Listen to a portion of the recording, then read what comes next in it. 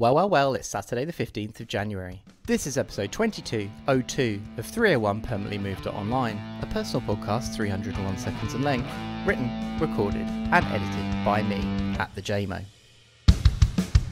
A quick note to say that I have an essay in the first issue of Solarpunk magazine published by Android Press. The magazine contains 7 short pieces of fiction, 4 poems, 4 non-fiction articles including mine, and loads of art, with an interview with Kim Stanley Robinson and contributions from Starhawk, Clark Minner and many more, link in the show notes. It's $6 for the issue or $30 for all 6 issues of season 1. Speaking of subscriptions, don't forget that you can support this podcast from just 57p an episode at thejmo.net/support.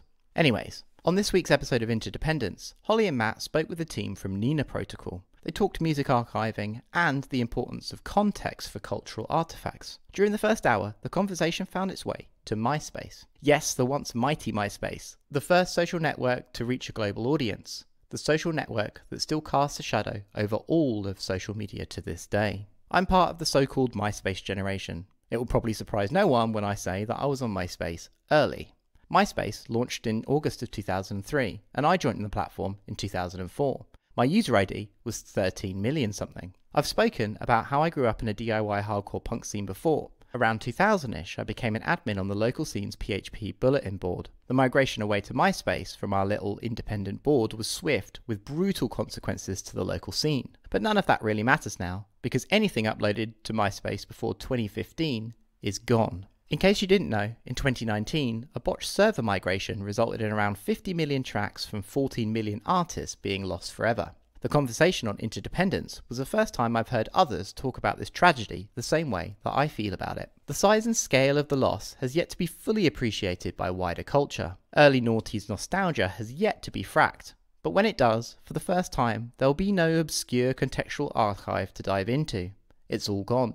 Yes, the MySpace MP3 Dragon Horde exists, but that only covers content from 2008 to 2010.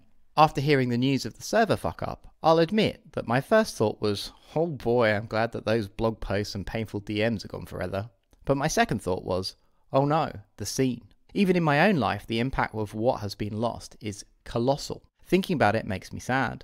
Not only is my own music gone, but all the music from all the bands I grew up with and alongside are all gone too. If anyone has MP3s or a scratched CDR of my old band Point Counterpoint with Adam, Miles and Dan, please reach out.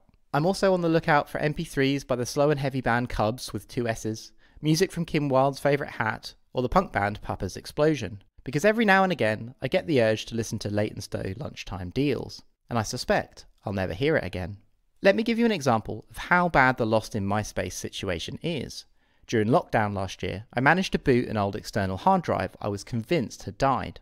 When it spun up, I messaged everyone I knew asking if they wanted their own music back. Stuff like house party gigs recorded on a potato in 2001, crappy demos from folks when they were 16, songs written and performed by people I knew who are now dead.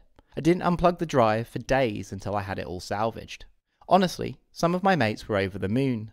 Some of these MP3s were from 1999, and the file extension was only in use from 1995, so this shit is important, not just to me and my friends, but more generally. I've recently been reading about the history of the early Seattle music scene. Did you know in 1985 the K Records newsletter had a print run of 2,000 copies? Not only that, you can find lots of them scanned and archived online. All the zines, records and demos are all out there too. But with the great fire of MySpace, it's not just all the music that's gone, it's all the tour diaries, interviews, flyers, photos and correspondence between artists too. There will be no way for any historians to look back into this period of culture. You might think that I'm being overly dramatic about the lost archives of a small punk scene from East Kent, but multiply my own experience by millions of others and then push that into mainstream culture. MySpace was responsible for artists like Adele, Nicki Minaj, Lily Allen, Cute Is What We Aim For, Washed Out, Arctic Monkeys, Drake, Paramore, Katy Perry, Bring Me the Horizon, The Summer Obsession, and One-O-Trix Point Never's early noise career. The full list is far more massive.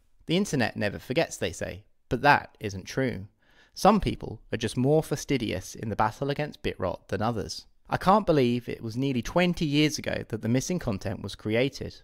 I'm getting old. But it's genuinely shocking that my generation's cultural history is lost. MySpace was so much more than proto-shitposting, questionable CSS aesthetics, and top 8 drama.